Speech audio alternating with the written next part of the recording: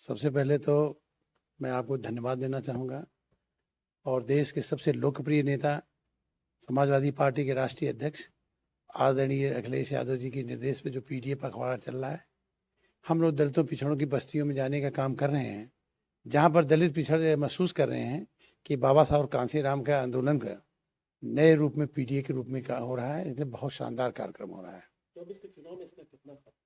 24 के चुनाव में जब पीडीए के लोग संविधान बचाने के पक्ष में खड़े हैं तो बहुत अच्छा परिणाम आएगा।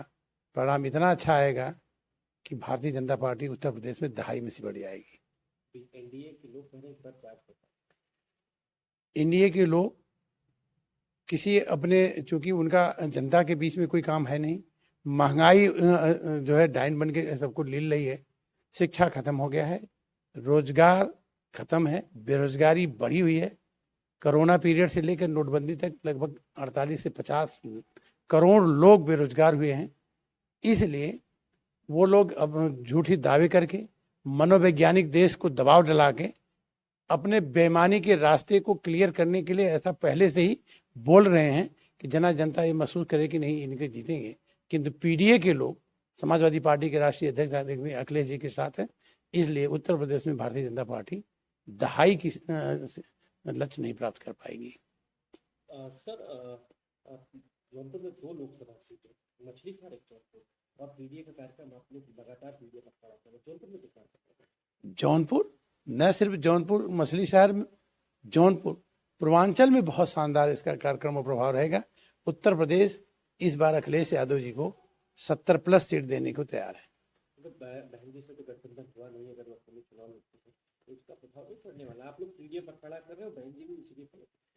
आपको इसका एक उदाहरण बता सकता हूँ, अपनी बात को उदाहरण के साथ कह सकता हूँ कि मैनपुरी लोकसभा सीट और घोसी विधानसभा सीट जो बाई इलेक्शन में हुआ था, और पीडीए के लोग दोनों जगह जिस सीट को धरतीपुत्र मुलायम सिंह यादव जी, जो देश के सबसे बड़ा नेता रहे, आज़ादी के बाद दूसरे कोई नेता रहे हैं तो नेताजी आदरणीय मुलायम सिंह यादव जी रहे, और मैनपुरी को 90,000 से जीतते थे।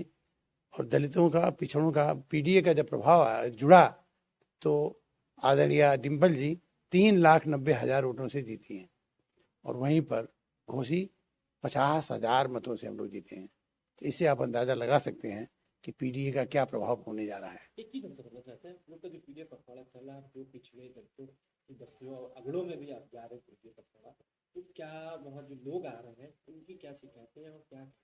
उनकी एक ही शिकायत है कि महंगाई कमर तोड़ती है, प्रशासन में भ्रष्टाचार पूरी तरह से बढ़ा हुआ है, पुलिस प्रशासन और अन्य प्रशासन में बगैर घूस का कोई काम नहीं हो रहा है, बेरोजगारी इस कदर है कि लड़के बेरोजगार घूम रहे हैं, और कहीं भी संविधान के सारी संस्थाओं में सारे नियमों का ताक पे रख के काम हो रहा है। इसलिए लोग देश बचाने के लिए, संविधान बचाने के लिए, आरक्षण बचाने के लिए, बीजेपी को हराने के लिए पूरी तरह से तैयार हैं। अब मछली शहर लोकसभा की बात कर लेते हैं, और जिस तरह से यहाँ से सदर से तो गठबंधन के सांसद थे, वहाँ से बीजेपी के सांसद हैं, तो मछली शहर लोकसभा के बारे में क्या, किन चीजों से सीखा रहा?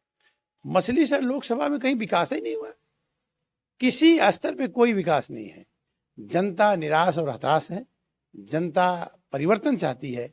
आदरणीय अखिलेश यादव जी के नेतृत्व में मछली शहर के साथ साथ जौनपुर सदर और पूर्वांचल की सीट जीतने के मूड में जनता एकदम मौका के तलाश में बैठी है। इस बार आप लोग को मौका मिला तो हम लोगों को मौका मिला तो जनपद जौनपुर जो शिक्षा की नगरी रही है, जौनपुर जो व्यापार उद्योग की नगरी रही है, जौनपुर जो सिराजे हिंद के नाम से जाना जाता है, जौनपुर जिसका प्रभाव दिल्ली की राजसत्ता सल्तनत पे रही है, उस तरह का प्रभाव आपको जौनपुर में देखने को मिलेगा।